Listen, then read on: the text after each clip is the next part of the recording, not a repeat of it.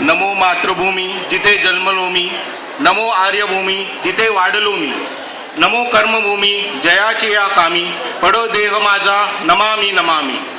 परम पवित्र माझ्या मातृभूमीला प्रथम नमस्कार. व्यासपीठावरील अध्यक्ष राजेंद्र भानुशाली व इतर मान्यवर, जगण्यासाठी जिंकण्यासाठी इतर भाषांची गरज असते. ही जरी असली पण ठेच लागल्यावर आई ग म्हणतो तीच आपली भाषा, आपली मराठी. आज कुसुमाग्रज म्हणजे विवा शिरवाडकर यांचा काल होता. आज मराठी याच्याने दिवस पासून आपण एक संकल्पना करूया. मराठी भाषा आणि मराठी माणूस हा जगात आपली कीर्ती गाजवेल आणि आपण सर्वतोपरी प्रयत्न करूया की आपली मराठी भाषा ही जगातील प्रत्येकाच्या तोंडी असावी, इच्छा प्रत्येकानं बाळगायला हवी. आपली माय मराठीचा झेंडा अटकेपार जाण्यासाठी आपण प्रयत्न करायला हवेत. तसं केलं तरच खऱ्या अर्थाने आपण मराठी आहोत असं म्हणता येईल.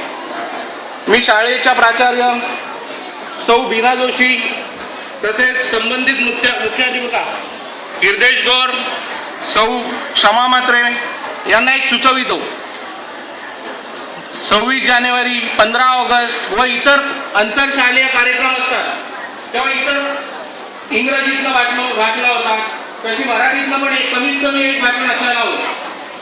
त्यामुळे होईल काय, मराठी ही भाषा इयत्ता 3री पासून लागू होते आणि 10वी मध्ये 8 विषय असतात. त्यातले 6 विषय इंग्रजी माध्यमातून करायचे असतात.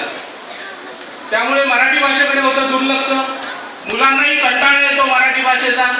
हे जर आपण हा उपक्रम राबवला तर त्यांना आवड निर्माण होईल. पर्यायी SSC म्हणजे माध्यमिक परीक्षा याच्यामध्ये त्यांची गुणांची टक्केवारी वाढेल. हा उपक्रम मी एक सुचवितो, तुम्ही तो लागू करावा.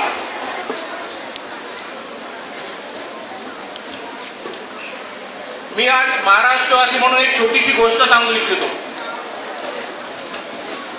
व्हिएतनाम या एक लहानशा देशात बरोबर अमेरिकेचं 20 वर्ष युद्ध चालू होतं.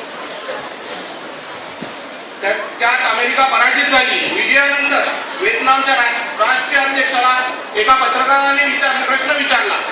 साहजिकच तो युद्ध कसे जिंकले हाच होता. मुळात अमेरिका बलाढ्य देश आहे. त्या देशाला नमवण्यासाठी एका राष्ट्राध्यक्षांनी जे उत्तर दिलं ते होतं, मी एका महान राजाचे चरित्र वाचले, त्यातून मिळालेल्या प्रेरणेतून मी युद्धनीतीचा वापर केला आणि सहज विजय संपादन करू शकलो. पुढे त्या पत्रकाराने नक्कीच विचारलं तो राजा कोण होता. त्या राजाचं नाव वाचल्यावर माझी छाती अभिमानाने आणि गर्वाने फुलली. कारण त्या राष्ट्राध्यक्षांनी उभं राहून उत्तर दिलं, राजा शिवछत्रपती असं हे नाव. पुढे ते म्हणाले, असा राजा जर आमच्या देशात जन्मला असता तर आम्ही जगावर राज्य केलं असतं.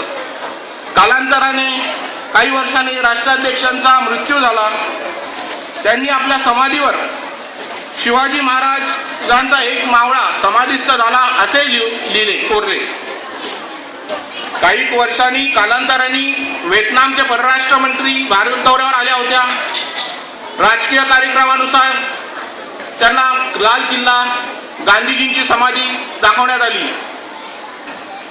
ते सगळं बघत असताना त्यांनी प्रश्न विचारला, शिवाजी महाराजांची समाधी कुठे आहे, मला तिकडे जायचं आहे. हा प्रश्न ऐकल्यावर संबंधित अधिकारी थबकले, सरकार थबकले. कारण पूर्ण यंत्रणा, त्यांच्याबरोबर जाणारी लोक, पत्रकार या सगळ्यांना घेऊन ते रायगडावर आले. रायगडावर त्यांनी महाराजांच्या समाधीचं दर्शन घेतलं. दर्शन झाल्यावर तिथली माती उचलली आणि बॅगेज भरली. बरोबर असलेल्या अधिकारी पत्रकारांनी त्यांना विचारले, ही माती कशासाठी. तेव्हा मंत्री महोदय म्हणाल्या, ही माती शूरांची आहे, या मातीत महान राजा जन्मला.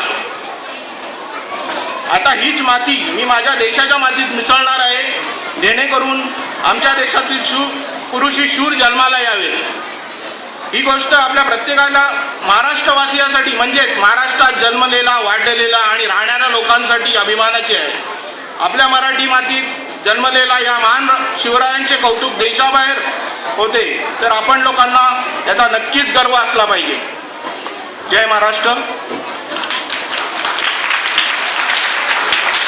धन्यवाद सर, अतिशय सुंदर. दोन मार्गदर्शनपर शब्द आम्हाला